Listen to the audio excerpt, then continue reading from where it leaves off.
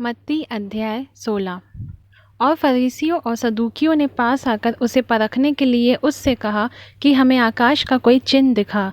उसने उनको उत्तर दिया कि सांझ को तुम कहते हो कि खुला रहेगा क्योंकि आकाश लाल है, और भोर को कहते हो कि आज आंधी आएगी क्योंकि आकाश लाल और धुंधला है।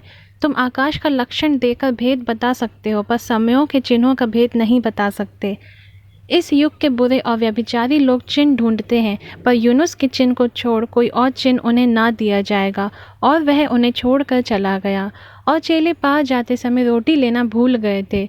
यीशु ने उनसे कहा, देखो, फरीसियों और सदूकियों के खमीर से चौकस रहना। वे आपस में विचार करने लगे कि हम तो रोटी नहीं लाए। यह जानकर यीशु ने उनसे कहा, हे अल्पविश्वासियों, तुम आपस में क्यों विचार करते हो कि हमारे पास रोटी नहीं? क्या तुम अब तक नहीं समझे? और उन 5,000 की 5 रोटी स्मरण नहीं करते? और ना यह कि कितनी टोकरियां उठाई थी? और ना उन 4,000 की 7 रोटी? और ना यह कि कितने टोकरे उठाए गए थे? तुम क्यों नहीं समझते कि मैंने तुमसे रोटियों के विषय में नहीं कहा, फरीसियों और सदूकियों के खमीर से चौकस रहना? तब उनको समझ में आया कि उसने रोटी के खमीर से नहीं, पर फरीसियों और सदूकियों की शिक्षा से चौकस रहने को कहा था। यीशु कैसरिया फिलिप्पी के देश में आकर अपने चेलों से पूछने लगा कि लोग मनुष्य के पुत्र को क्या कहते हैं। उन्होंने कहा, कितने तो यूहन्ना बपतिस्मा देने वाला कहते हैं, और कितने एलिया, और कितने यिर्मयाह या भविष्यद्वक्ताओं में से कोई एक कहते हैं। उसने उनसे कहा, परंतु तुम मुझे क्या कहते हो? शमौन पतरस ने उत्तर दिया कि तू जीवते परमेश्वर का पुत्र मसीह है।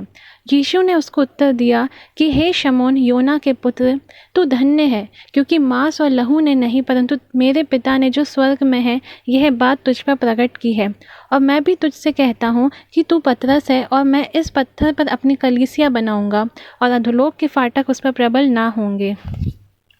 मैं तुझे स्वर्ग के राज्य की कुंजियाँ दूंगा, और जो कुछ तू पृथ्वी पर बांधेगा वह स्वर्ग में बंधेगा, और जो कुछ तू पृथ्वी पर खोलेगा वह स्वर्ग में खुलेगा। तब उसने चेलों को चिताया कि किसी से ना कहना कि मैं मसीह हूँ। उस समय से यीशु अपने चेलों को बताने लगा कि मुझे अवश्य है कि यरूशलेम को जाऊं, और पुरनियों और महायाजकों और शास्त्रियों के हाथ से बहुत दुख उठाऊं, और मार डाला जाऊं, और तीसरे दिन जी उठूं। इस पर पतरस उसे अलग ले जाकर झिड़कने लगा कि हे प्रभु परमेश्वर, ना करे, तुझ पर ऐसा कभी ना होगा।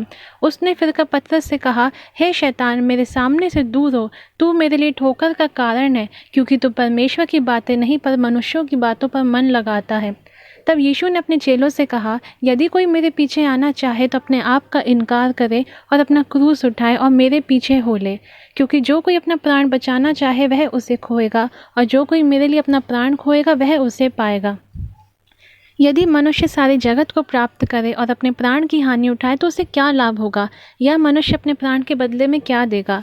मनुष्य का पुत्र अपने स्वर्गदूतों के साथ अपने पिता की महिमा में आएगा, और उस समय वह हर एक को उसके कामों के अनुसार प्रतिफल देगा। मैं तुमसे सच कहता हूँ कि जो यहाँ खड़े हैं उनमें से कितने ऐसे हैं कि जब तक मनुष्य के पुत्र को उसके राज्य में आता हुआ ना देख लेंगे तब तक मृत्यु का स्वाद ना चखेंगे।